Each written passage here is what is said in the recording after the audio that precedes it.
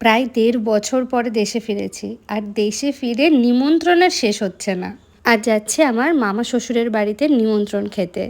সারা বছর তো সোনার গয়না কিছুই পরা হয় না, দেশে ফিরে তাই একটু চেষ্টা করি টুকটাক সোনার গয়নাগুলো পরার।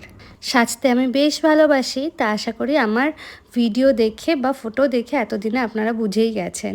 আজকে এই যে শাড়িটা পরেছি, শাড়ির রঙটা আমার ভীষণ পছন্দ হয়েছে। এই শাড়িটা আমরা আমেরিকাতে থাকতেই মা একদিন ভিডিও কলে দেখিয়ে আমাকে শাড়িটা পছন্দ করিয়েছিল। বিয়ের প্রথম দিকে আমি নিজে শাড়ি পরতে পারতাম না, তখন শাশুড়ি মা পরিয়ে দিত। তবে এখন কিন্তু আমি মোটামুটি নিজেই শাড়ি পরে নিতে পারি। শাড়ি পরা খুব একটা রকেট সায়েন্স কিন্তু নয়, চেষ্টা করলে সবাই পারে। এই যে চলে এসেছে আমাদের ঠাকুর ঘরে। আপনাদের অনেকেরই আমাদের এই ঠাকুর ঘরটা ভীষণ পছন্দের, আমারও কিন্তু বেশ ভালো লাগে। মামার বাড়িতে ঢুকতে আমাদের একটু দেরি হয়েছিল, তো এসেই সাথে সাথে আগে লাঞ্চে বসে পড়েছি। আর ইন্ডিয়াতে এসছি মানে মাটন খাওয়া কিন্তু চলতেই থাকবে। তবে আজকে আমরা যেই মামার বাড়িতে এসেছি সেই মামার বাড়িতে কিন্তু এই যে পেঁয়াজ রসুন ছাড়া মাটন রান্না হয়েছে। এর আগে কোনো দিনও আমি পেঁয়াজ রসুন ছাড়া খাইনি, আজকে এই ফার্স্ট খেলাম।